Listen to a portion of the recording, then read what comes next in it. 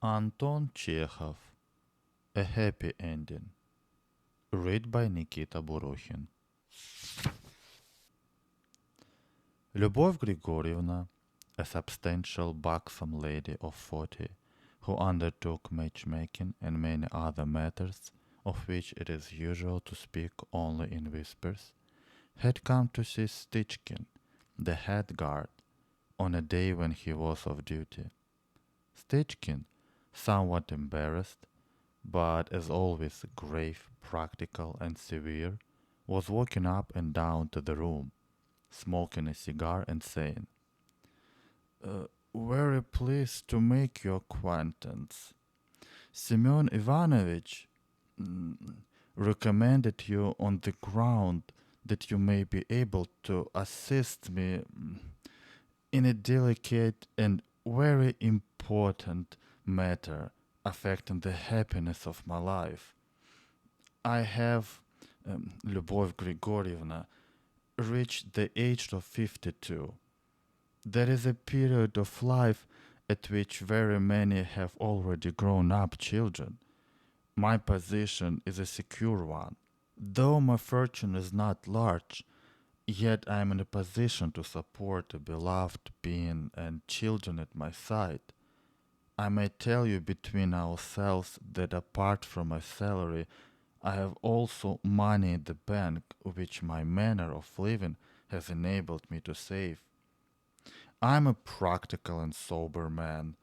I lead a sensible and consistent life, so that I may hold myself up as an example to many.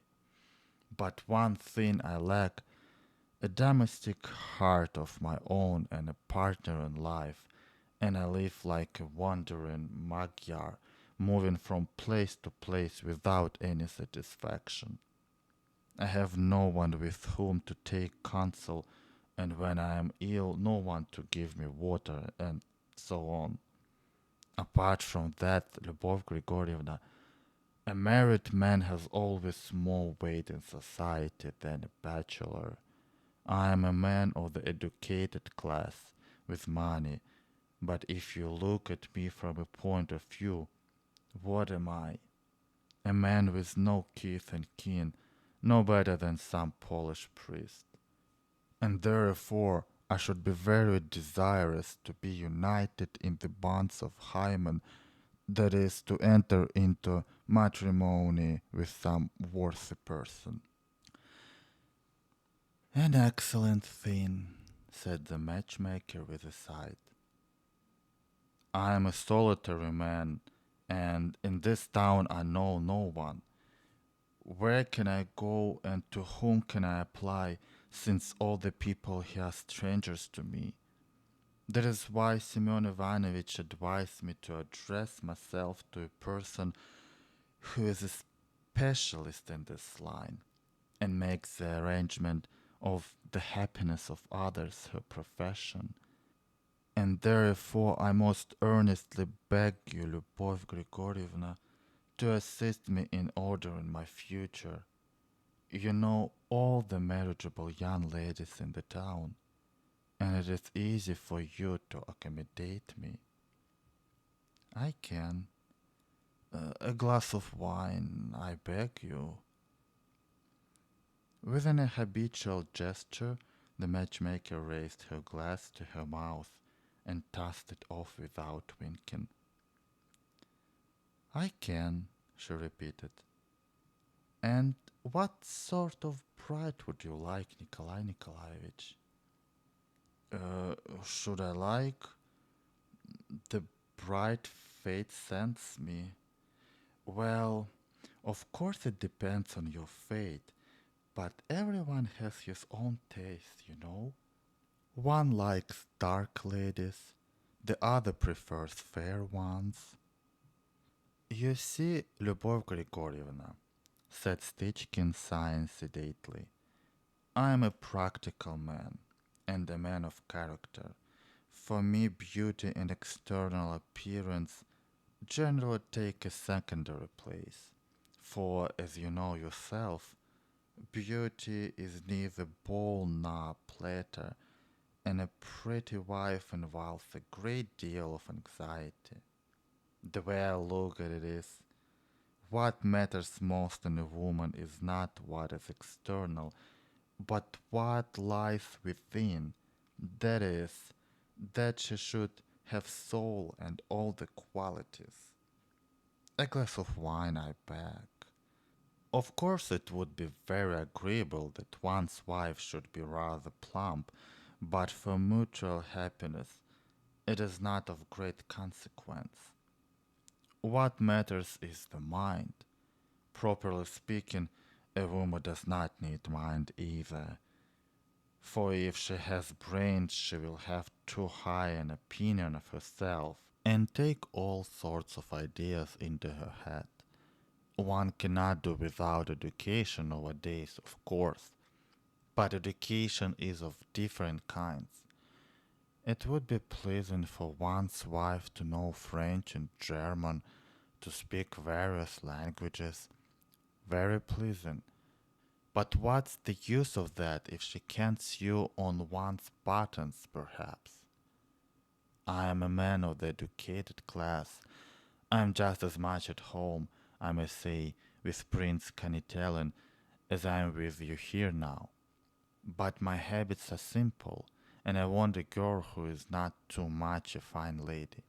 Above all, she must have respect for me and feel that I have made her happiness. Oh, to be sure. Well, now as regards the essential, I do not want a wealthy bride. I would never condescend to anything so low as to marry for money. I desire not to be kept by my wife, but to keep her, and that she may be sensible of it. But I do not want a poor girl either, though I am a man of means, and am marrying not from mercenary motives, but from love. Yet I cannot take a poor girl, for, as you know yourself, prices have gone up so, and there will be children. One might find one with a dowry, said the matchmaker. A glass of wine, I beg. There was a pause of 5 minutes. The matchmaker heaved a sigh, took a sidelong glance at the guard, and asked, "Well, now, my good sir, do you want anything in the bachelor line? I have some fine bargains. One is a French girl and one is a Greek. Well worth the money." The guard thought a moment and said, No, I thank you. In view of your favorable disposition, allow me to inquire now how much you ask for your exertions in regard to pride. I do not ask much. Give me 25 rubles and the stuff for a dress, as is usual, and I will say thank you. But for the dowry, that's a different account. Stitchkin folded his arms over his chest and fell to pondering in silence. After some thought, he heaved a sigh and said, That's dear." "It's not at all dear, Nikolai Nikolaevich. In old days, when there were lots of weddings, one did do it cheaper. But nowadays, what are earnings? If you make 50 rubles in a month, that is not a fast. You may be thankful. It's not on weddings we make our money, my God, sir." Stitchkin looked at the matchmaker in amazement and shrugged his shoulders. Hmm, do you call 50 rubles little? He asked. Of course it is little. In old days we sometimes made more than 100. Hmm. I should never have thought it was possible to earn such a sum by these jobs. 50 rubles.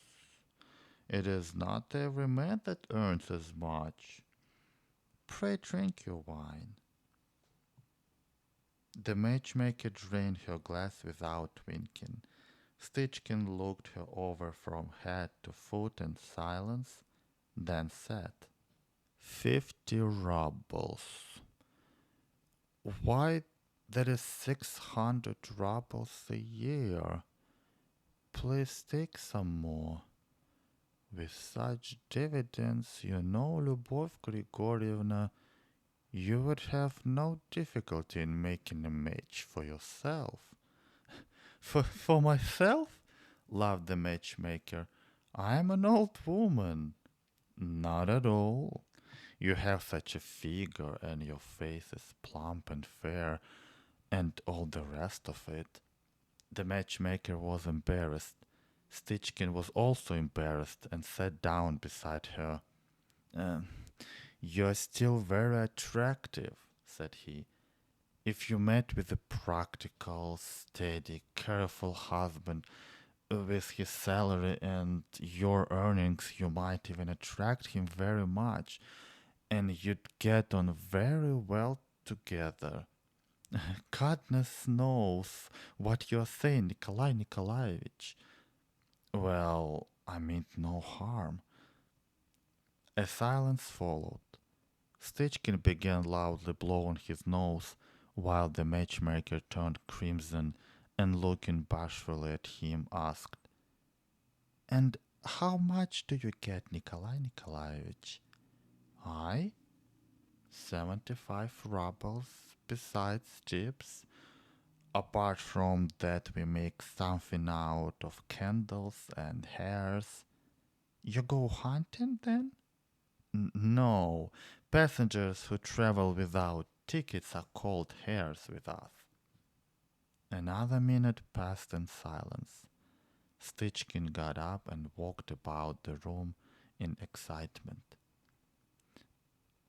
"I don't want a young wife," said he. "I'm a middle-aged man, and I want someone who, as it might be like you, stayed and settled and a figure something like yours." "Goodness knows what you're saying," giggled the matchmaker, hiding her crimson face in her curtain. "There's no need to be long thinking about it. You're after my own heart, and you suit me in your qualities. I am a practical, sober man, and if you like me, what could be better? Allow me to make you a proposal." The matchmaker dropped a tear, laughed, and, in token of her consent, clinked glasses with Stitchkin. "Well," said the happy railway guard, "now allow me to explain to you the behavior and manner of life I desire from you. I am a strict, respectable, practical man. I take a gentlemanly view of everything, and I desire that my wife should be strict also, and should understand that to her I am a benefactor and the foremost person in the world." He sat down and, heaving a deep sigh, began expounding to his bride-elect his views on domestic life and a wife's duties.